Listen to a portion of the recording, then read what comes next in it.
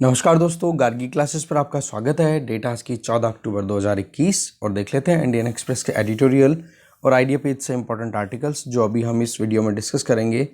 First article हम देखने वाले हैं वो रहेगा too much of a good thing, कि जिस तरीके से अभी इंडिया में फंड्स आ रहे हैं आउट ऑफ इंडिया से भी और इंडिया में भी बहुत ज़्यादा लोग इन्वेस्ट कर रहे हैं नई कंपनियों में, चाहे आईपीओज हो, चाहे कोई शेयर मार्केट के थ्रू, चाहे इंस्टीट्यूशनल इन्वेस्टमेंट करने की कोशिश कर रहे हो, तो ये वेलकमिंग है कि फंड्स आ रहे हैं। बहुत इंपॉर्टेंट है कि इकोनॉमी अभी पेंडेमिक के डिसरप्शन से बाहर निकल रही है, तो एक बूस्टर है।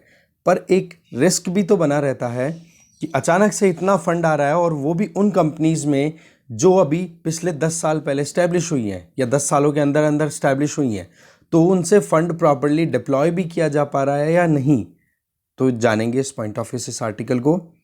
दूसरा आर्टिकल हम देखेंगे फॉर द किड्स।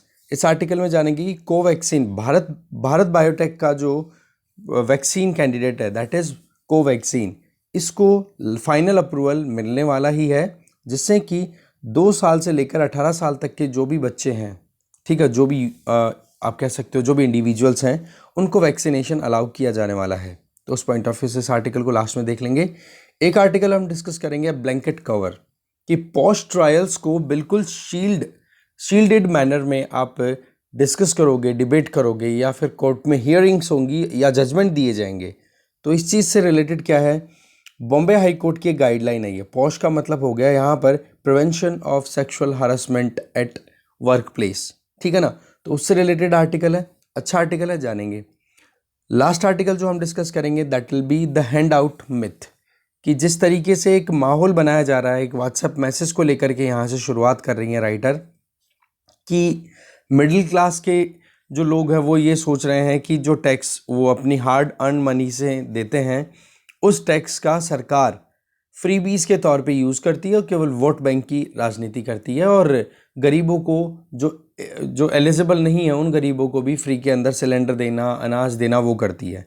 तो राइटर इस तरीके के नैरेटिव को काउंटर कर रही है कि ऐसा बिल्कुल भी नहीं है, हम एक वेलफेयर स्टेट में रहते हैं और टैक्स रीडिस्ट्रीब्यूशन या इनकम रीडिस्ट्रीब्यूशन एक इम्पॉर्टेंट काम करता है। इसको हम बोलते हैं पॉलिटिकल इकोनॉमी, राइट। तो बेसिकली ये देखो, एक आईएएस ऑफिसर है रिटायर्ड और अभी आम आदमी पार्टी से एक लीडर भी हैं, तो एक बार देखेंगे इस आर्टिकल को भी। तो चलिए अब जितने भी आर्टिकल्स हैं उनको डिटेल में देखते हैं एक एक को। फर्स्ट आर्टिकल है ब्लैंकेट कवर। आर्टिकल को लिखा है श्वेता लूथरा ने, और ये आर्टिकल किससे रिलेटेड है, सीधी सी बात है, जो prevention of sexual harassment at work place, ठीक है, 2005 का एक्ट है, उसी से रिलेटेड ये आर्टिकल है। अभी मुद्दा है कि बॉम्बे हाई कोर्ट में एक केस जाता है और बॉम्बे हाई कोर्ट ने उस केस के जजमेंट में कुछ गाइडलाइंस ड्रॉ की हैं, और वो गाइडलाइंस ऐसी हैं जो कि राइटर के अकॉर्डिंग बिल्कुल ही गड़बड़ साबित हो सकती है। कैसे? जस्टिस गौतम पटेल के द्वारा सितंबर 24 को एक वर्डिक्ट दिया जाता है, कुछ गाइडलाइन दी जाती हैं, और केस का नाम है पीवीए एंड अदर्स। इसमें ये कहा गया है कि चाहे कोई विक्टिम हो या कोई अक्यूज्ड हो या कोई विटनेस हो या फिर कोई भी कोर्ट हियरिंग हो रही हो, इस तरीके से पॉश से रिलेटेड, पॉश का मतलब समझ गए ना, prevention of sexual harassment at work place. मान लो कोई वर्क प्लेस है जहाँ पर जॉब करने के लिए जाते हैं लोग, और वहाँ पर किसी लेडी के साथ में सेक्सुअल हरासमेंट का इंसिडेंट हुआ है, तो उससे रिलेटेड अगर वो कंप्लेन करती हैं और जो अक्यूज्ड है वो और विटनेस कौन कौन थे वो, उनसे रिलेटेड जो भी इंफॉर्मेशन होगी और वो कोर्ट में जो सुनवाई होगी, तो वो पब्लिक हियरिंग नहीं होगी। इसके अलावा गाइडलाइंस में क्या बोला गया है कि इस तरीके की सुनवाई जो है वो पब्लिक डोमेन में नहीं होगी, मतलब ओपन, एक कहता है ना कि जिस तरीके से कोर्ट की प्रोसीडिंग्स होती है उस तरीके से नहीं होगी। एक जज के चैम्बर में कंडक्ट की जाएगी, वहाँ पर एक तो कोर्ट का स्टेनोग्राफर होगा, इसके अलावा जो भी रिक्वायरमेंट है ना, प्लेंटिफ्स, ये सारे के सारे आ गए ना, विक्टिम, अक्यूज्ड और विटनेस, ये आ जाएंगे। इसके अलावा जो लॉयर जो कि विक्टिम और अक्यूज दोनों को डिफेंड करेंगे वो प्रेजेंट हो सकते हैं, और ये सारी प्रोसीडिंग होगी क्लोज डोर में। ओके, फिर इसके यहीं पर मुद्दा नहीं रुक गया, इसके आगे गाइडलाइन जो दी है बॉम्बे हाई कोर्ट ने वो ये कि फाइनल ऑर्डर या कोई भी जजमेंट अगर दिया जा रहा है इस तरीके की ट्रायल्स के बाद में, तो उसको भी सोशल मीडिया या पब्लिक डोमेन में शेयर नहीं किया जाएगा, और अगर किया जाएगा तो पहले कोर्ट की परमिशन लेनी पड़ेगी। तो ये एक तरीके से आप देख सकते हो कि एक क्लोज रूम में प्रोसीडिंग्स को चलाने की बात की जा रही है। और अगर बिना कोर्ट की परमिशन के कोई इंडिविजुअल उस इंफॉर्मेशन को मीडिया के साथ शेयर कर दे या फिर सोशल मीडिया पे शेयर कर देगा तो उस केस में कंटेम्प्ट ऑफ कोर्ट माना जाएगा और उसके लिए सज़ा, आपको पता ही है कंटेम्प्ट ऑफ कोर्ट के लिए चार्जेस ऑलरेडी अवेलेबल हैं। तो ये जो जजमेंट है पोस्ट केसेस के लिए, तो बोले ये अपने आप में बहुत ही ज़्यादा कॉम्प्लिकेशन बढ़ा देंगे। इससे क्या होता है कि आप एक जो ट्रांसपेरेंट मैनर में, अकाउंटेबल मैनर में काम करने चाहिए जिस तरीके से जुडिशरी को, क्योंकि अल्टीमेटली जुडिशरी काम किसके लिए कर रही है? पब्लिक के लिए। तो राइटर का ये कहना है कि आप यहाँ पर ट्रांसपेरेंसी को ख़त्म करने की कोशिश कर रहे हो या फिर जो एक अवेयरनेस फैलनी चाहिए सोसाइटी के अंदर, उस अवेयरनेस से रिलेटेड जो भी ब्लॉकेजेज है वो आप क्रिएट कर रहे हो। Basically sexual harassment of women at work place prevention prohibition redressal act of 2013, जिसको पोश एक्ट भी बोला जाता है। तो इस एक्ट के तहत सीधा सा ये है कि गवर्नमेंट या फिर कोई भी प्राइवेट ऑर्गेनाइजेशन जहाँ पर लोग काम करने के लिए जाते हैं, वर्किंग प्लेसेस हैं, वहाँ पर जॉब के लिए जाते हैं, अगर वहाँ पर कोई भी सेक्सुअल हरासमेंट से रिलेटेड इंसिडेंट आता है तो उस केस को वहीं की वहीं पर, चाहे वो गवर्नमेंट ऑर्गेनाइजेशन हो या प्राइवेट ऑर्गेनाइजेशन हो, अपने ही प्लेटफॉर्म के ऊपर वहीं की वहीं पे सिंपल वे में और क्विकली सॉर्ट आउट करेंगे। इसका मतलब क्या हो गया कि जुडिशियल प्रोसेसेस हैं बहुत ज़्यादा कम्बरसम है, कॉम्प्लेक्स होता है, लंबा टाइम लगता है, इश्यूज सॉर्ट आउट नहीं होते हैं। तो मुद्दा अगर वर्क प्लेस के ऊपर राइज हुआ है तो उसको वहीं की वहीं सॉर्ट आउट कर दिया जाए, वहीं की वहीं सेटल कर दिया जाए, या फिर जिसको पनिशमेंट देना उसको पनिशमेंट का वहीं पे प्रोविज़न कर दिया जाए। तो इससे बढ़िया और क्या हो सकता है? इसीलिए ये 2013 का पोश एक्ट लाया गया था। पर ये जो गाइडलाइन बॉम्बे हाई कोर्ट के द्वारा दी गई हैं, तो इसमें बॉम्बे हाई कोर्ट का जो मेन कंसर्न है दैट इज़ कॉन्फिडेंशियलिटी, कि जो कोई भी प्रोसीडिंग्स हो रही है, जो भी कार्यवाही जज के द्वारा की जा रही है और जज चैम्बर में ही हो रहा है ये सारा काम, तो केवल और केवल इसलिए कि एक कॉन्फिडेंशियलिटी, मतलब आप कह सकते हो कि सीक्रेसी है, उसको मेंटेन रखा जा सके कि हाँ भाई विक्टिम या फिर जो सर्वाइवर है वो, या फिर जो अक्यूज्ड है उसका। पर राइटर एक चीज़ बोलना चाहती हैं कि अगर इन चीज़ों को अगर हम ओपन पब्लिक में नहीं लेकर के जाएंगे तो कोई इंडिविजुअल जो कि रिपीटेडली इस तरीके के ऑफेंसेस को कंडक्ट करता है, एक कह सकते हैं ना हैबिचुअल सेक्सुअल ऑफेंडर हो, तो उस आदमी को कैसे आइडेंटिफाई किया जा पाएगा? उस इंडिविजुअल को आइडेंटिफाई नहीं किया जा पाएगा तो वो तो फिर नेक्स्ट में इसी तरीके की गलतियां रिपीट करता रहेगा और उसको सज़ा भी नहीं मिलेगी और समाज में जिस तरीके से उसको ट्रीटमेंट मिलना चाहिए वो नहीं मिल पाएगा। बेसिकली यहाँ पर एक तो कॉन्फिडेंशियलिटी का मुद्दा आ गया बॉम्बे हाई कोर्ट का कि भाई वो कैसे भी करके कॉन्फिडेंस में रखना चाहती हैं, चीज़ों को बिल्कुल ओपन नहीं होने देना चाहती।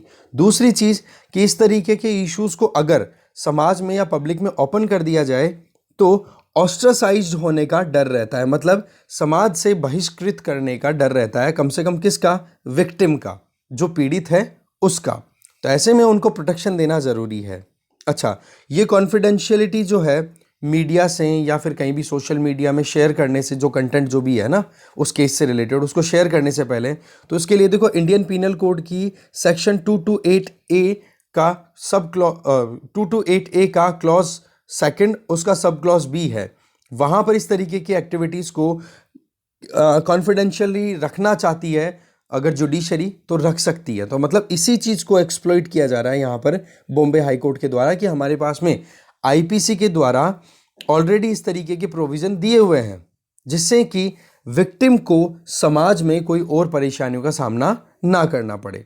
अब देखो कंप्लेंट्स हैं या विटनेसेस हैं या विक्टिम है या फिर अक्यूज्ड है, अगर इसको हम बाहर ओपन नहीं लेकर के आएंगे तो फिर बाद में कोई आपको वही चीज़ है ना कि इश्यूज जो हैं वो पब्लिक डोमेन में ओपन नहीं होंगे, तो ये जो मेनेस है sexual harassment at work place, ये बिल्कुल एक्सपोज नहीं हो पाएगा। तो एक तो मुद्दा है कॉन्फिडेंशियलिटी के रिलेटेड, ये कॉन्फिडेंस वाला। इसके अलावा पोश एक्ट है ना, इस एक्ट का ही सेक्शन 16 है ना, वो भी ये कहता है कि जो इंटरनल कमेटी है, फॉर एग्जांपल जो एम्प्लॉयर है, चाहे वो गवर्नमेंट ऑर्गेनाइजेशन हो चाहे प्राइवेट ऑर्गेनाइजेशन हो, तो वहाँ पर भी अगर सबसे पहले पता तो उन्हीं को पड़ेगा कि हाँ जी उनकी वर्क प्लेस के ऊपर किसी इंडिविजुअल के साथ में दूसरे किसी इंडिविजुअल ने मिसबिहेव किया है या सेक्सुअली हरास करने की कोशिश की है, तो वो मुद्दा किसके पास में जाएगा? उसी ऑर्गेनाइजेशन की जो मेन मेंबर्स हैं उन मेंबर्स के द्वारा एक कॉन्स्टिट्यूट की हुई committee, that is internal committee. ठीक है, तो इंटरनल कमेटी के पास मुद्दा जाएगा, एम्प्लॉयर के पास मुद्दा जाएगा, और वो ही फिर बाद में इन्वेस्टिगेट करेंगे पूरे मुद्दे को। पर जो आइडेंटिटीज़ है, अक्यूज्ड हो चाहे विक्टिम हो, उनके आइडेंटिटीज़ को बिल्कुल एक्सपोज नहीं करेंगे। इसके लिए वजह क्या है कि हो सकता है कि वहाँ पर उसी वर्क प्लेस पर काम करे छोटा मोटा, मतलब एक होता ना कि ग्रेविटी ऑफ द केस, एक हल्की अगर ग्रेविटी है तो उस केस में जो इंडिविजुअल जिसको अक्यूज यहाँ पर हम बोल रहे हैं वो रिटेलिएट भी तो कर सकता है, काउंटर अटैक भी तो कर सकता है विक्टिम के ऊपर कि तूने मेरी इज्जत खराब कर दी, मेरी जहाँ पे मैं काम करता हूँ, अब मैं तेरे को नहीं छोड़ूंगा। तो उस केस में पोश एक्ट भी यहाँ पर इस तरीके का प्रोविज़न देता है सेक्शन 16 के तहत। पर पॉइंट क्या है मेन यहाँ पर राइटर का, कि जब तक एक क्लियर कट इन्फॉर्मेशन, जब जजमेंट दे दिया गया है जुडिशरी के द्वारा, तो उस जजमेंट को पब्लिक डोमेन में अगर आप रिवील नहीं करोगे तो फिर पता कैसे पड़ेगा कि क्या एक्टिविटीज़ पब्लिक वर्क प्लेसेस पे कंडक्ट हो रही है, और उनको रोकने के लिए समाज में कैसा एक नरेटिव या कैसी एक सीक्वेंस बनने की ज़रूरत है। फिर आगे राइटर एक चीज़ ये भी बोलना चाह रही हैं कि अगर पोश एक्ट को ही अगर आप देखो तो उसमें तो अगर जस्टिस किसी विक्टिम को मिल जाती है तो उससे रिलेटेड जो भी मुद्दा है उसको तो पब्लिश किया जा सकता है पब्लिक डोमेन में, तो उस चीज़ को रोकना भी कहीं ना कहीं नुकसानदायक हो सकता है। अच्छा, और वो पब्लिक डोमेन में लाने का तरीका क्या है? जो भी ऑर्गेनाइजेशन है जहाँ पर इस तरीके की एक्टिविटीज़ हो चुकी हैं और जब पता पड़ गया है कि हाँ जी विक्टिम के साथ में बहुत ही गलत हुआ है और अक्यूज्ड को सज़ा मिलनी चाहिए, तो ऐसे में इस पॉश एक्ट में ही प्रोविज़न है कि वो ऑर्गेनाइजेशन अपनी एनुअल रिपोर्ट में इस चीज़ को बिल्कुल ओपन करेगा, कम से कम अपने जो वहाँ के लोग हैं उनके बीच में, कि जी इतने कितने सेक्सुअल हरासमेंट के इंसिडेंट्स वहाँ पर हुए हैं। हाँ, ये बात ठीक है कि बिना कोई आइडेंटिटी को रिवील किए कि हाँ पार्टीज़ कौन कौन थी, पर केवल इंसिडेंट्स को भी अगर वहाँ पे हाईलाइट किया जाए तो एटलीस्ट एक आप कह सकते हो ना कि हाँ इस तरीके के मैनेस पे कर्ब लगाया जा सकता है। ठीक है ना, और पब्लिक को ये अधिकार है कि किस तरीके की एक्टिविटीज़, सेक्सुअल हरासमेंट की एक्टिविटीज़ कहीं पर भी कौन से ऑर्गेनाइजेशंस में ज़्यादा हो रही है। ठीक है, तो ये जो व्हील ऑफ कॉन्फिडेंशियलिटी है ना, जिसमें इस तरीके से ये पर्दा लगाया जा रहा है कॉन्फिडेंशियलिटी का नाम लेकर के, और जो आइडेंटिटीज़ हैं उनको ओपन नहीं कर रहे हो, तो उसकी वजह से नुकसान ज़्यादा है बजाय के फ़ायदे के। ठीक है, क्योंकि कोई हो सकता है सेक्सुअल हरासर कौन है वो अगर रिपीटेडली अगर काम करे तो उसका फिर नुकसान सोसाइटी को कितना हो सकता है वो अनफैदमेबल है। दैट मीन्स उसको हम कैलकुलेट भी नहीं कर सकते, इतना नुकसान हो सकता है। तो ऐसे में बॉम्बे हाई कोर्ट की ये जो गाइडलाइंस हैं जिसमें कि trial related sexual harassment at work place related जो भी ट्रायल्स हैं उनकी इन्फॉर्मेशन को अगर रिवील नहीं किया जाएगा तो ये मुश्किलें पैदा कर सकता है सोसाइटी के लिए, और ये जो ब्लैंकेट बैन है ये कहीं ना कहीं और ज़्यादा प्रॉब्लम कर सकता है। इसके अलावा गिल्टी कौन है, किसने इस तरीके की एक्टिविटीज़ को कंडक्ट किया है, उसको कम से कम एक सबक तो मिलना चाहिए, है कि नहीं? तो यही चीज़ यहाँ पे बताई जा रही है। और इस तरीके से अगर कॉन्फिडेंशियलिटी का नाम लेकर के आइडेंटिटीज़ को या कोई इन्फॉर्मेशन को अगर प्रॉपर्ली रिवील नहीं किया जाता है पब्लिक डोमेन में, तो आप ये मान के चलो जो परपेट्रेटर्स हैं, दैट मीन्स जो ऑफेंडर्स हैं, जो जानबूझ के गड़बड़ियाँ करते हैं, है ना, तो उनको प्रोटेक्शन देने की आप बात करते हो। तो ऐसे में पोस्ट जजमेंट में आप अलाउ नहीं कर रहे हो किसी भी कंटेंट को पब्लिक डोमेन में लाने से लिए, तो वो तो देखो जुडिशरी का जो एक ट्रांसपेरेंट मैनर में काम करना और जुडिशरी की जो अकाउंटेबिलिटी होनी चाहिए वो अकाउंटेबिलिटी और ट्रांसपेरेंसी कहीं ना कहीं कॉम्प्रोमाइज़ हो जाएगी। इसके अलावा केवल एडवोकेट ऑन रिकॉर्ड वो ही इस इंफॉर्मेशन को अगर एक्सेस कर पाएँ तो उसके लिए भी फिर उनको कोर्ट से परमिशन लेनी पड़े, तो फिर इसका मतलब तो ये हो गया कि फिर अगर कोई केस स्टडी के बतौर भी कोई कोई इशू को पॉइंट आउट करना चाहे तो भी फिर मुश्किलें हैं, राइट। तो राइटर का लास्ट में एक ही चीज़ का कहना है कि रियलिटी तो ये है कि सेक्सुअल हरासमेंट तो वैसे भी अगर वर्क प्लेसेस की बात करें तो अननोटिस्ड निकल जाते हैं, क्योंकि जो लड़कियां होती हैं, जो फीमेल्स होती हैं, वो इतना करेज ही नहीं गैदर कर पाती हैं कि हाँ वो अपने साथ में हुए जो भी इश्यूज़ हैं उनको सीधा ओपनली जाके किसी से शेयर कर सकें। तो करेज लाने के लिए उनको वॉइस देने की ज़रूरत है, नहीं तो जो परपेट्रेटर्स हैं वो अपनी मस्कुलाइन जो पावर है उसके बेसिस पे उनको प्रॉब्लम में डालते रहेंगे और इसी तरीके से sexual harassment at work place continue बनता रहेगा। एक मोमेंट है दैट इज #MeToo। इस मोमेंट में आपको पता होगा अभी 2018-19 के टाइम पे ये स्टार्ट हुआ था कि sexual harassment at work place में जिन जिन लड़कियों के साथ में भी या औरतों के साथ में सेक्सुअल हैरेसमेंट हुआ है उनके काम की जगह पे ऑर्गेनाइजेशंस में, तो उनको एक मौका मिला था सोशल मीडिया पे कि भाई हाँ मेरे साथ भी ऐसी गड़बड़ हुई थी, इस इंडिविजुअल ने मेरे साथ की थी। तो ये एक वॉइस एनकरेज करने का एक मूवमेंट था। बोले इसी तरीके के मूवमेंट की ज़रूरत है जिससे कि जिसके साथ भी कोई सेक्सुअल हैरेसमेंट की एक्टिविटी हो रही है तो उनको वो एक्सपोज कर सकें और ख़ुद की प्रोटेक्शन इंश्योर करें।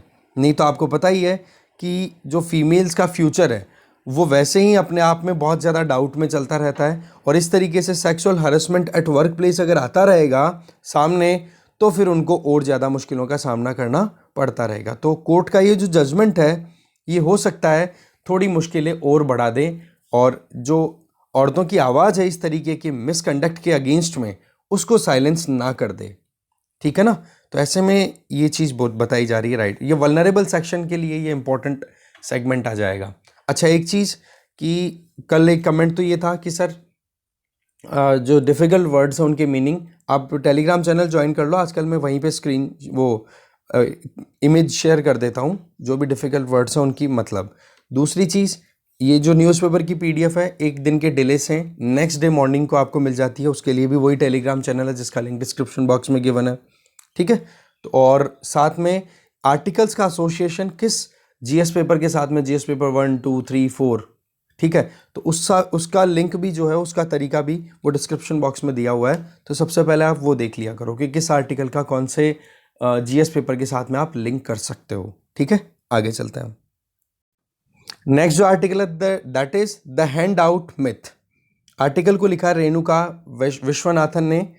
राइटर का शुरुआत में एक पॉइंट ये है कि व्हाट्सएप पे एक मैसेज फ्लोट कर रहा है और उसमें ये है कि जो टैक्स पेयर्स हैं वो अपनी एक यूनियन बनाने की बात कर रहे हैं, और इनकी डिमांड ये है कि जो लोग अपनी हार्ड अर्नड मनी है, बहुत ही खून पसीने की कमाई है, उसका बहुत बड़ा हिस्सा या एक इम्पॉर्टेंट पार्ट जो है वो इनकम टैक्स के तौर पे करते हैं, और उस इनकम टैक्स को सरकार के जो नुमाइंदे हैं या जो पॉलिटिशियन हैं वो पॉपुलिस्ट प्रोग्राम के तहत अनाउंस कर देते हैं, और जो गरीब परिवार हैं उनके वोट अर्न करने के लिए वो लोग फ्री में उनको कुछ ना कुछ डोनेट कर देते हैं। कभी बिजली का बिल माफ़ कर देते हैं, कभी क्या कर देते हैं, कभी खाना उधार देते हैं, कभी सिलेंडर उधार देते हैं। फिर उधार का मतलब फ्री में देते हैं, मतलब इनको फ्रीबीज बोला जाता है कि इलेक्शन से पहले जीतने की कॉन्फिडेंस लाने के लिए पॉलिटिशियन जनरली इस तरीके के अनाउंसमेंट कर दिया करते हैं। और वो भी देखो एक ऐसा कंट्री जो कि एक डेमोक्रेसी है और जहाँ पर इनइक्वालिटीज़ बहुत ज़्यादा है। तो राइटर जो हैं इन टैक्स पेयर्स की इस ग्रुपिंग को लाने के लिए एक इनकम टैक्स ऑफिसर है, उनका नाम तो नहीं बता रहे हैं, पर एक इनकम टैक्स ऑफिसर है जो अपनी तरफ से इस तरीके के सजेशंस को फ्लॉट कर रहे हैं और कोशिश कर रहे हैं कि कैसे भी करके हमें साथ में लाने की ज़रूरत है। पर राइटर इस चीज़ को एक चीज़ बोल रही हैं कि आप पॉलिटिकल इकोनॉमी को समझो कि किस तरीके से आप गरीबों को गरीबी से बाहर निकाल सकते हो। ठीक है, तो मैसेज क्या था और राइटर अपनी तरफ से उस मैसेज को काउंटर करना चाह रही हैं, आप वो देखते हैं। देखो, बेसिक फैसिलिटीज़ की अगर बात करें या फिर बेसिक जो फैल्सी है, फैसिलिटी नहीं, फैल्सी का मतलब जो एक भ्रांति है अभी tax payer, income tax payers के दिमाग में, उस चीज़ को यहाँ पर क्लियर करना चाह रही है राइटर। देखो कि सेंट्रल गवर्नमेंट जो कोई भी खर्चा करती है इन फ्रीबीज के नाम पे, तो वो खर्चा ज़्यादातर जो इनडायरेक्ट टैक्स जो लगता है ना, जिसको हम GST अभी बोलते हैं, और बाकी बचे हुए कस्टम, एक्साइज ड्यूटी, बोलो उसका सबसे बड़ा हिस्सा वहाँ पर खर्च होता है। अब इनडायरेक्ट टैक्स की अगर बात करो ना, तो इसका मतलब आप ये मान के चलो कि वो टैक्सेशन जो है वो सीधा सीधा, मतलब मैं एक्साइज ड्यूटी की इनकी बात कर रहा हूँ, GST की, राइट। तो ऐसे में बोलो वो सीधा का सीधा, चाहे गरीब हो, चाहे अमीर हो, चाहे कोई एलिट क्लास का हो, कोई भी हो, ठीक है, उन सबको इक्वली देना पड़ता है। मतलब गरीब अमीर के सामने कोई भेद नहीं होता है जब वो इनडायरेक्ट टैक्स पे करता है। फॉर एग्जांपल एक छोटी सी कैंडी भी खरीदने एक छोटा बच्चा जाता है ना, तो उसको भी टैक्स देना पड़ता है, ठीक है ना। तो वो जो टैक्स का कलेक्शन है वो बहुत बड़ा पार्ट है एज कंपेयर टू दैट कि हाँ भाई इनकम टैक्स पेयर्स ज़्यादा टैक्स देते हैं। है ना। तो ऐसे में इनकम टैक्स पेयर की मनी जो है उससे फ्रीबीज नहीं दी जा रही हैं। अगर फ्रीबीज दी भी जाती हैं तो मेनली किससे फंडिंग आ रही है सरकार के पास में, वो आ रही है इनडायरेक्ट टैक्स, जो कि हर एक सिटीजन पे करता है इंडिया में, ज़्यादातर पार्ट उसी से आता है।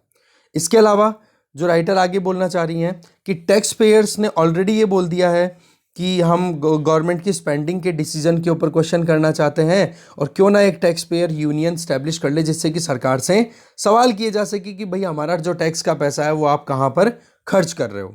तो राइटर एक चीज़ बोलना चाह रही हैं कि इसके लिए तो ऑलरेडी आप इलेक्ट करते हो ना अपने लेजिस्लेटर्स को, जो एमएलएज हैं, एमपीज़ हैं, पार्लियामेंट में या स्टेट लेजिस्लेटिव असेंबली में जाकर के जब वो डिबेट करते हैं तो सरकार से सवाल ही तो करते हैं ना कि आपने कहाँ पर कितना खर्च क्यों किया।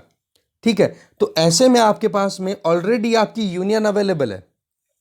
यहां पर अगर ये टैक्स पेयर्स अपनी यूनियन बनाना चाह रहे हैं तो इसका मतलब तो ये मानो कि उनकी डिमांड ऐसी कुछ है कि वो एक एक्सक्लूसिव वीटो पावर चाहते हैं कि सरकार अगर कोई भी चीज़ गरीबों को ध्यान में रखते हुए अगर करे तो उन चीज़ों को एकदम से रोका जा सके, ये कह दे कि हाँ जी ये डिसीजन सही नहीं है, तो वो वीटो पावर लगा करके आप क्या सरकार के डिसीजन को, स्पेंडिंग से रिलेटेड जो खर्च करने का जो डिसीजन है उसको रोकने की पावर चाहते हो। तो ये फंडामेंटल फ्लॉज हैं, ये बहुत सारी कमियां हैं। इसके अलावा कुछ एडिशनल क्वेश्चन है कि गवर्नमेंट जो है वो क्यों फ्रीबीज अप्लाई करती है। देखो सिंपल सी बात है, फ्रीबीज हो या जिसको हम बोलते हैं ना चुनावों से पहले पॉपुलिस्ट पॉलिसी जो गवर्नमेंट की होती है, गवर्नमेंट तो क्या मतलब जिस तरीके से चुनावी रैलियों के अंदर पॉलिटिकल लीडर्स अनाउंस कर देते हैं कि हाँ इलेक्ट्रिसिटी बिल ही माफ़ कर देंगे, वो ऐसे कर देंगे। तो देखो ऐसी बात भी नहीं है कि बिल्कुल हम एकदम डिस्कार्ड कर सकते हैं, क्योंकि कुछ ना कुछ इश्यूज ऐसे हैं जिनको रैशनलाइज करना ज़रूरी है। फॉर एग्जांपल इलेक्ट्रिसिटी बिल्स को माफ़ करना, इससे थोड़ा सा नुकसान क्या हो जाता है, डिस्कॉम कंपनियां आज बर्बाद होने के कगार पे हैं। मैं इस थोड़ा सा आर्टिकल से थोड़ा हट के बता रहा हूँ एक दो पॉइंट्स, ठीक है ना। आज डिस्कॉम कंपनियां बर्बाद हो रही हैं। इसके अलावा 4 स्टेट्स को सेंट्रल गवर्नमेंट ने सजेशन दिया, अभी इलेक्ट्रिसिटी का एग्जाम्पल ले लो आप, कि हर बार चुनावों के बाद में बिजली का बिल फार्मर्स का माफ़ कर दिया। तो उस केस में इस माफ़ी को कुछ और तरीके से अप्लाई किया जा सकता है ना, जैसे कि अशोक गुलाटी जी सजेशन देते हैं कि जी आप इलेक्ट्रिसिटी की सब्सिडी को रोक करके इलेक्ट्रिसिटी का पूरा बिल किसानों से वसूलो और फिर उसके बाद में उनके अकाउंट में पैसे ट्रांसफ़र करो, जिससे उनको आइडिया लगे कि वाकई में बिजली कितनी महंगी है। नहीं तो क्या होता है, सब्सिडाइज्ड रेट के ऊपर अगर बिल जनरेट होता है तो पहली चीज़ तो मिसयूज़ बहुत ज़्यादा होता है रिसोर्सेज का। दूसरी चीज़, अगर वो मिसयूज़ होगा रिसोर्स का, तो वैसे तो हमारे पास में रिसोर्स स्कैर्स है, India is a resource scarce country, यहाँ पर हमारे पास में संसाधनों की बहुत कमी है, और जो रिसोर्सेज की कमी आ जाएगी तो फिर वो लापरवाही बढ़ती जाएगी, तो उसका नुकसान फिर ऑल ओवर इकोनॉमी को उठाना पड़ेगा। तो ऐसे में जो राइटर हैं, अब वापस आ जाते हैं अपने आर्टिकल में, तो ऐसे में मतलब एक बैलेंस बनाने की ज़रूरत है कि फ्रीबीज बांटे भी जाए ना तो थोड़े सोच समझ करके बांटे जाए, वेलफेयर इंश्योर हो। अब हर चीज़ के अंदर फ्रीबीज बांटने लग जाओ इर्रेशनल मैनर में, तब तो देखो टैक्स पेयर भी ऑब्जेक्ट करेंगे। और एक चीज़ मैं आपको पहले बता चुका हूँ कि यहाँ पर राइटर जो हैं वो तो देखो जिस भी तरीके से बोल रहे हैं, ये पहले आईएएस ऑफिसर रह चुके हैं, पर अभी एक ये पॉलिटिशियन है, ये आप ध्यान रखें, नंबर 1। नंबर 2 चीज़ ये कि अगर कोई भी इशू कहीं पे हाईलाइट होता है, कि अगर कोई भी मुद्दा अगर हाईलाइट हो रहा है ना, तो उसमें कोई भी चीज़ बिल्कुल एक्सट्रीमली राइट नहीं हो सकती, कोई भी चीज़ एक्सट्रीमली रॉन्ग नहीं हो सकती। तो अगर टैक्स पेयर्स ने अगर ये मुद्दा उठाया है तो यहाँ पर भी कुछ ना कुछ रैशनल्स हैं, तो आपको प्लस और माइनस दोनों चीज़ों के बारे में पता होनी चाहिए। अब यहाँ पर राइटर जो हैं वो इन फ्रीबीज़ को, सब्सिडीज़ को यहाँ पर डिफेंड कर रही हैं, तो उसके भी बहुत सारे प्लस पॉइंट्स हैं, बहुत सारे माइनस पॉइंट्स हैं, तभी जा करके आप अच्छे एक एडमिनिस्ट्रेटर बनोगे। अच्छा, जब भी कोई चीज़ अगर कंटिन्यू की जा रही है ना, कल जैसे एक कमेंट आया था कि सर आप बहुत ज़्यादा नेगेटिव ओपिनियन दे रहे हो। मैं नेगेटिव ओपिनियन मैं नहीं दे रहा हूँ आपको, मैं ये भी तो बोलता हूँ ना कि आप पॉजिटिव ओपिनियन कलेक्ट करो। हर एक चीज़ अगर यहीं से फीड होने लग गई तो फिर तैयारी फिर मैं ही कर लूँगा, आप छोड़ दो, राइट। तो ऐसे में जो ओपिनियन आपके सामने आर्टिकल में आ रहा है उससे जस्ट ऑपोजिट वाला ओपिनियन आपको तैयार करना है। अब वो आपकी हेडेक है कि कहाँ से कलेक्ट करोगे, खुद सोचो, अपने ग्रुप में डिस्कशन करो कि क्या हो सकता है, ठीक है ना। तो ऐसे में क्या एक बैलेंस्ड व्यू आपको बनाना पड़ेगा, कहीं पर भी सरकार एकदम परफेक्ट नहीं है और कहीं पर भी जो क्रिटिक्स हैं वो परफेक्ट नहीं है, आपको दोनों के बीच में एक बैलेंस बनाना है। ओके, तो खैर आ जाते हैं फिर से आर्टिकल में। तो राइटर यहाँ पर तो देखो फ्रीबीज सब्सिडीज इनको डिफेंड कर रही हैं। वजह कि हमारे यहाँ पर जो मुश्किलें हैं, गरीबी की जो प्रेवलेंस है, उसको सही करने के लिए अगर सरकार इस तरीके से सब्सिडी या फ्रीबीज नहीं देगी तो कैसे उनको गरीबी की रेखा से बाहर निकाला जा पाएगा। तो राइटर का एक और चीज़ पॉइंट का कहना क्या है कि जो टैक्स पेयर्स अभी फिलहाल अपना जो कंसर्न्स राइज कर रहे हैं, तो उनको एक बार ये भी तो सोचना पड़ेगा ना कि इनकम टैक्स कोड है या इनकम टैक्स के लिए हमारे यहाँ पर जो लॉज अवेलेबल है, वहाँ पर कितनी छूट की फैसिलिटीज़ भी तो अवेलेबल है। वो जो टैक्स डिडक्शन के लिए जो फैसिलिटीज़ अवेलेबल है वो भी तो एक तरीके की सब्सिडी है, बस केवल वो आपको दिखती नहीं है। That is a kind of tax expenditure, जिसको टैक्स एक्सपेंडिचर बोलना शुरू कर दिया फिर बाद में। यहाँ पर देख सकते हो ये रहा 1990 के बाद में इसको टैक्स एक्सपेंडिचर बोलना शुरू कर दिया। टैक्स एक्सपेंडिचर का मतलब क्या है? एक तरीके की ये इनडायरेक्ट सब्सिडी ही है। दी किसको जाती है ये सब्सिडी? टैक्स पेयर्स को, जिससे कि सोशल गोल्स को प्रमोट किया जा सके। मतलब कि टैक्स कलेक्शन के टाइम पे जो भी छूट रियायत दी जा रही है टैक्स पेयर्स को, that is known as tax expenditure. इसका मतलब ये नहीं होता टैक्स एक्सपेंडिचर का कि हाँ भाई सरकार को टैक्स कलेक्ट करने के अंदर जो खर्चा लगा वो नहीं है इसका मतलब। इसका मतलब ये है कि टैक्स पेयर्स को छूट दी जाती है। तो ऐसे में तो जिस तरीके से पुअर्स को सब्सिडी दी जा रही है वैसे टैक्स पेयर्स को भी तो सब्सिडी दी जा रही है ना। तो आप ये भी तो बैलेंस बनाने की समझो। इसके अलावा अगर गरीबों में कुकिंग गैस, फूड ग्रेन ये अगर सस्ते में दिया जा रहा है तो इसके पीछे एक बार सोचो भी तो सही, क्यों दिया जा रहा है। इसके पीछे एक सिंपल सा पॉइंट है कि हर एक इंडिविजुअल की बेसिक नीड्स होती हैं, जो मैं बार बार बताता हूँ। ये 5 आप याद ही रखोगे: रोटी, कपड़ा, मकान, स्वास्थ्य, शिक्षा। पहले तो रोटी, कपड़ा, मकान हुआ करते थे, अब स्वास्थ्य और शिक्षा भी 2 चीज़ें ऐड हो चुकी हैं। तो इस केस में जब हेल्थ और एजुकेशन की बात करें तो इनके बारे में ही तो ये चीज़ें कहीं ना कहीं कंसर्न है। फूड ग्रेन हेल्थ के लिए, खाना अच्छा टाइम पे मिलेगा तो सब हेल्दी रहेंगे। कुकिंग गैस अगर मिलती है, जैसे कि उज्ज्वला स्कीम के तहत जो सिलेंडर्स दिए गए हैं अभी, ठीक है, तो उसकी अगर बात की जाए तो उससे भी तो हेल्थ कंसर्न्स को ही एड्रेस किया जा रहा है ना कि जी गरीब लोग हैं, गरीबों घर में अगर वो लकड़ी जला करके अगर खाना बनाएंगे तो उनकी बीमारियां फैलती हैं। अच्छा जी, ये तो चलो ठीक है कि आपने गवर्नमेंट की पॉइंट आउट कर लिया है, गवर्नमेंट ने सस्ती रेटों के ऊपर पुअर फैमिलीज़ को सपोर्ट दिया है फूड ग्रेन और कुकिंग गैसेस के, और वो भी टैक्स पेयर्स की जो मनी है उसके बेसिस पे। पर आप एक चीज़ बताओ कि जब सबसे सेल्फिश इंडिविजुअल कोई होगा, मतलब आप मान के चलो कि जो केवल और केवल अपनी ही बारे में सोचता है, अगर वो सेल्फिश इंडिविजुअल भी कोई है तो वो कैसी सोसाइटी में रहना शुरू करेगा, कैसी सोसाइटी में रहना पसंद करेगा? आप एक बार सोचो। वो ऐसी सोसाइटी हो जहाँ पर एजुकेशन लेवल अच्छा हो और जहाँ पर हेल्दी लोग रहते हों, वहीं पर तो रहना चाहेगा ना।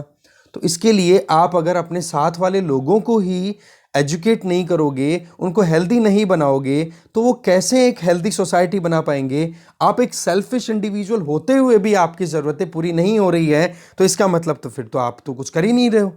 तो ऐसे में सिटीजन्स को प्रोडक्टिव बनाना, एफिशिएंट बनाना, इसके लिए गवर्नमेंट की तरफ से जो भी काम किए जाते हैं, इसको देखो इनकम रीडिस्ट्रीब्यूशन भी बोला जाता है कि जो पैसे वाले हैं, बहुत ज़्यादा पैसा जिन्होंने कमाया है या फिर जो पैसा अच्छा खासा कमाते हैं, उनसे टैक्स कलेक्ट करो और फिर उसके बाद में उस टैक्स को रीडिस्ट्रीब्यूट करो गरीबों में, जिससे कि गरीबों को अपलिफ्ट किया जा सके, गरीबी रेखा से ऊपर हटाया जा सके। This is DPSP. और इसी से बेस्ड वो वेल्थ कॉन्सेंट्रेशन वाला एक जो क्वेश्चन था वो आया ही था। डीपीएसपी का वायलेशन हो जाएगा अगर वेल्थ कॉन्सेंट्रेट कहीं पे भी होती है। तो सवाल क्या आ रहा है कि vulnerable section of the society, इनको हमें अपलिफ्ट करना चाहिए। कम से कम minimum level of public services तो उनके पास में मिलनी चाहिए, जिससे कि क्वालिटी एजुकेशन, अच्छे क्लिनिक्स मिल जाएं। यहाँ पर राइटर जो है वो आम आदमी पार्टी से एसोसिएटेड है, तो दिल्ली का एग्जाम्पल दे रही है कि बोला हमने टैक्स नहीं बढ़ाया, उसके बावजूद भी हम वहाँ पर अच्छी खासी फैसिलिटीज़ दे रहे हैं कि नहीं दिल्ली के अंदर। तो बोले यही चीज़ अप्लाई कर रहे हैं कि टैक्स रेट्स भी तो राइज नहीं हो रही है, टैक्स रेट्स कहीं ना कहीं रिड्यूस हो रही है, टैक्स का बेस है वो लगातार राइज हो रहा है। उसके बावजूद भी सरकार अगर डिसीजन लेती है तो वो फिर बाद में सोच समझ के ही लिया जाता है।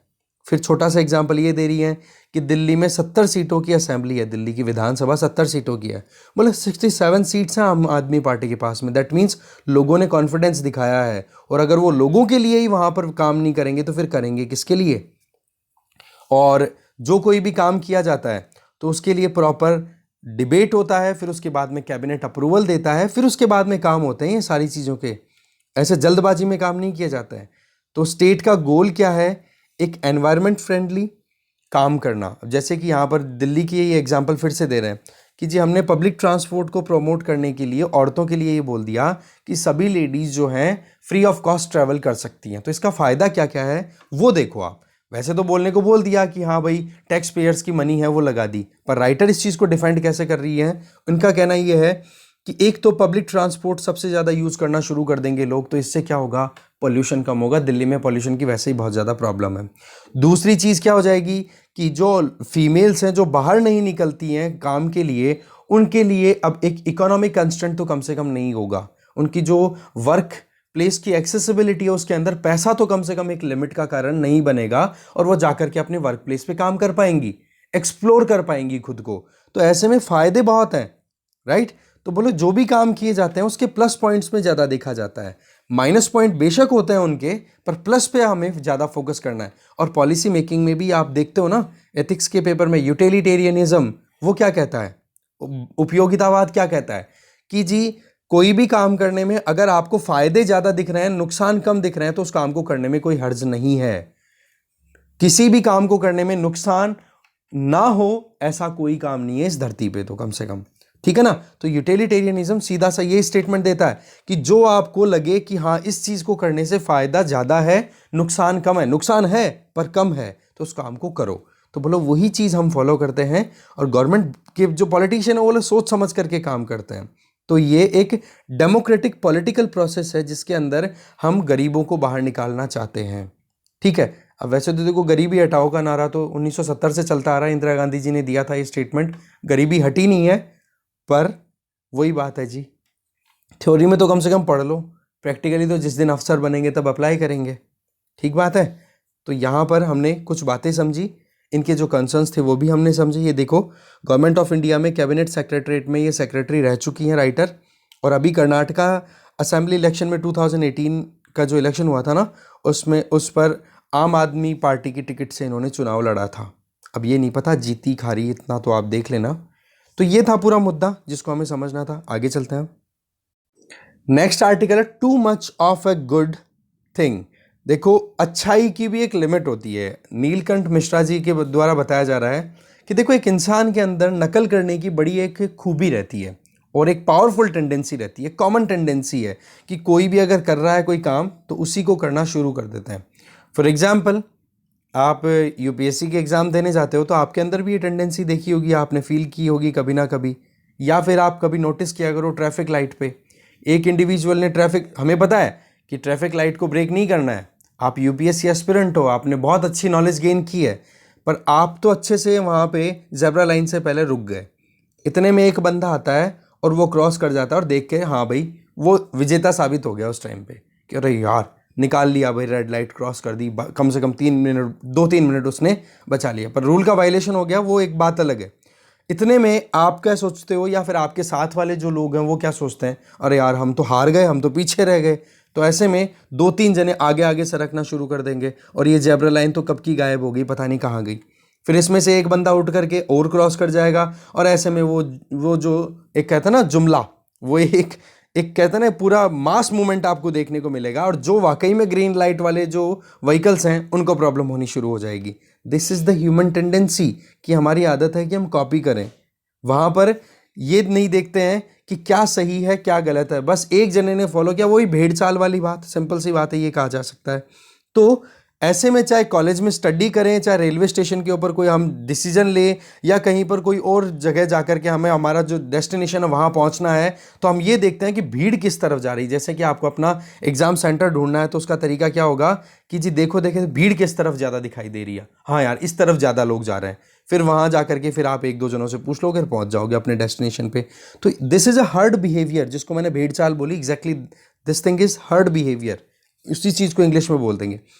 वो का वो टेंडेंसी अभी देखने को मिल रही है इंडिया में, जो इन्वेस्टमेंट का माहौल बना हुआ है अभी उसमें। देखो जैसे जैसे ह्यूमन सोसाइटी में डेवलपमेंट्स आते हैं ना, और जब डेवलपमेंट में जब कोई एफर्ट्स लगाए जाते हैं ना, उसमें सक्सेस रेट आपको थोड़ी अच्छी खासी मिलनी शुरू हो जाती है ना, तो रिस्क एपेटाइट भी बढ़ जाती है। दैट मीन्स हमारी आदत हो जाती है रिस्क लेने की, यार कुछ नया करें या कुछ बड़ा करें, ठीक है ना।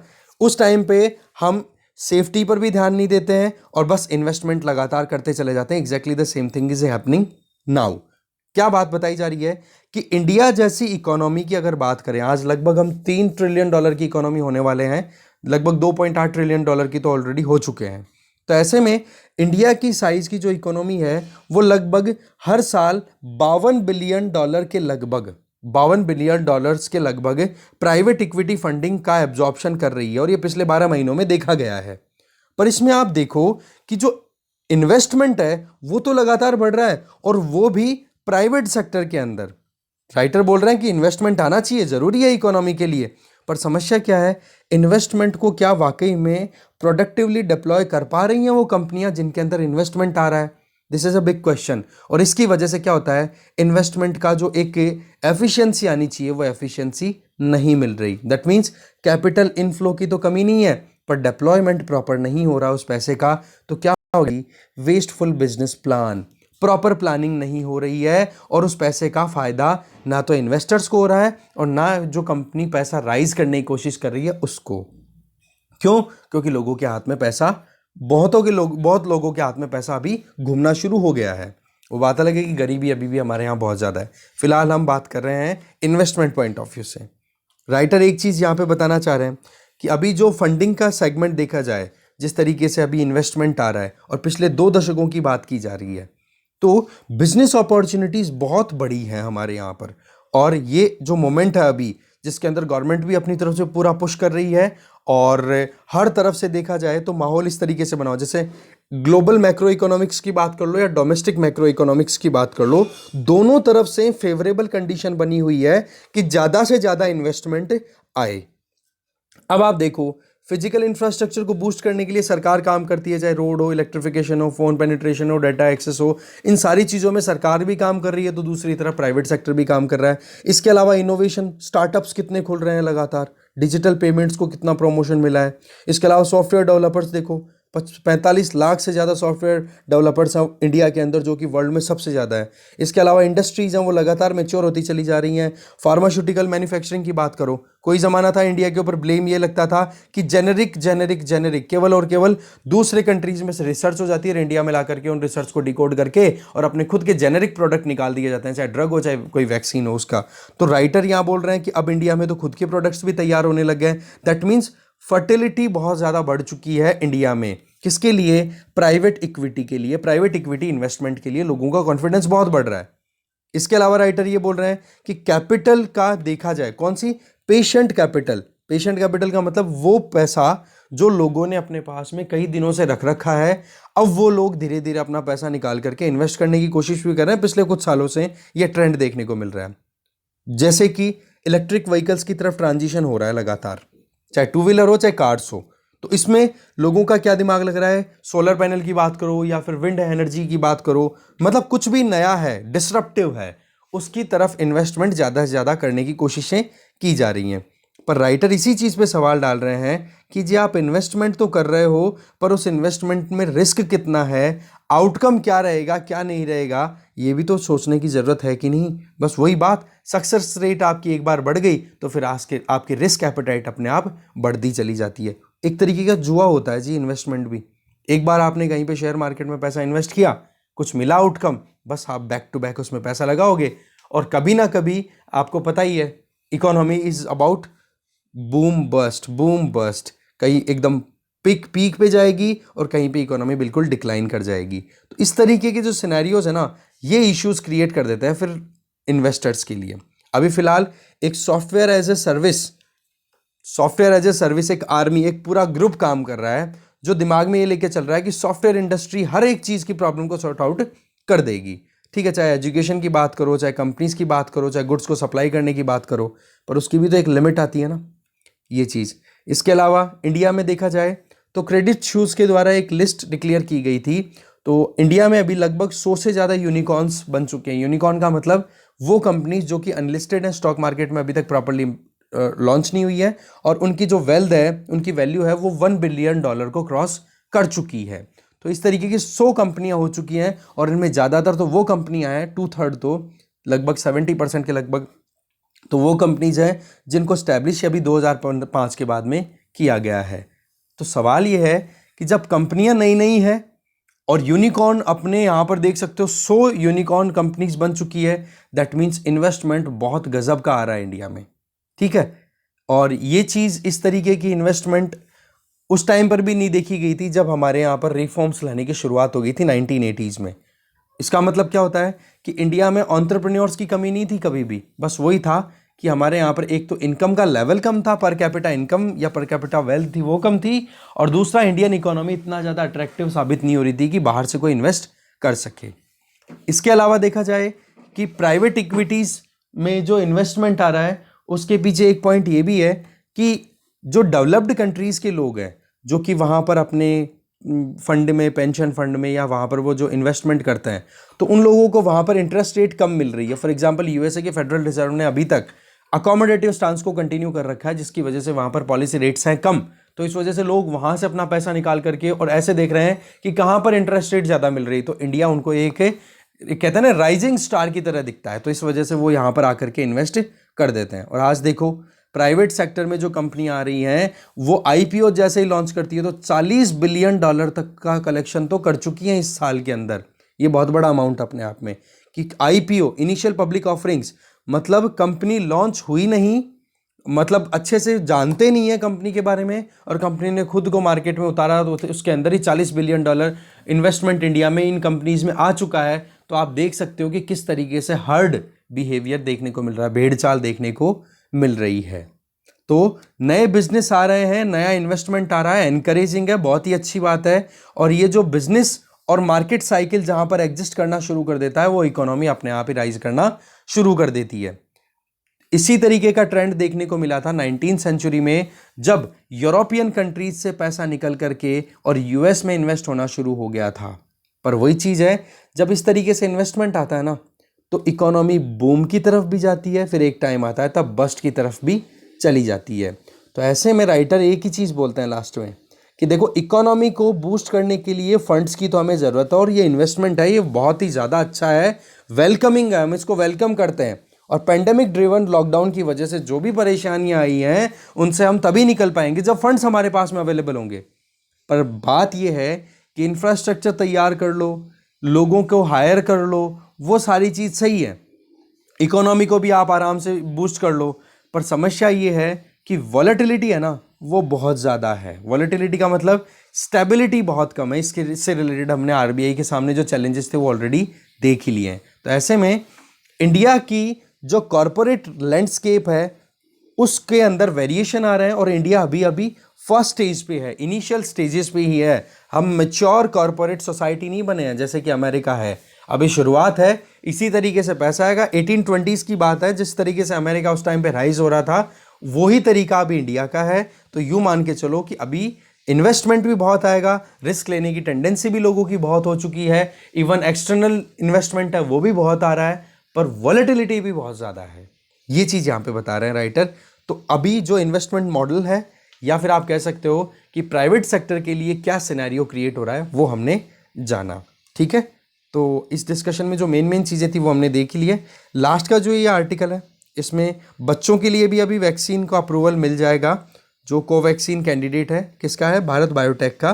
तो इससे क्या हो जाएगा, बच्चों को भी वैक्सीन मिल जाएगा, और ये पहला वैक्सीन कैंडिडेट होगा वर्ल्ड में जो कि 2 साल से लेकर के 18 साल तक के इंडिविजुअल्स को सबको मिलेगा। ठीक है, अब फाइनल अप्रूवल से पहले मतलब इनको देखो डेटा भी रिलीज़ करना है सेकंड और थर्ड ट्रायल का। इसके अलावा देखो फाइजर, बायोएनटेक, मॉडर्ना और जाइडस, ये 3 ऐसे वैक्सीन हैं जिनको कि ऑलरेडी क्लियरेंस मिल चुकी है 12 से 18 साल के बच्चों को वैक्सीन देने के लिए। पर वही चीज़ है कि अभी 2 से 18 साल तक की एज में वैक्सीनेशन की अगर बात की जाए ना, तो ये पहला वैक्सीन होगा ये जो कोवैक्सीन जो भारत बायोटेक वाला है। ठीक है, तो अभी डेटा अप्रूवल नहीं मिला है। और दूसरी चीज़, कोवैक्सीन को अभी तक WHO के द्वारा एमरजेंसी यूज़ ऑथराइजेशन का अप्रूवल भी नहीं मिला है। ठीक है, तो कुछ बॉटलनेक्स हैं जैसे कि वैक्सीनेशन को अगर अप्रूवल मिलता है ना, कोवैक्सीन को अप्रूवल मिलता है, तो उसके पहले वो डेटा तो रिवील करे कि हाँ वाकई में कितना क्या काम हुआ है, कितना क्या इन्होंने एफिकेसी कितनी आई इस वैक्सीन की बच्चों के ऊपर। पर वही चीज़ है कि अभी एक बार अप्रूवल मिलता है वो भी एक एनकरेजिंग है, पर डेटा भी प्रॉपरली रिलीज करना चाहिए जिससे कि ट्रांसपेरेंसी आ सके सिस्टम में। ठीक है, तो जो भी इश्यूज थे उनको हमने देख लिया है, डिस्कशन में इतना ही था। Thank you very much for watching this video.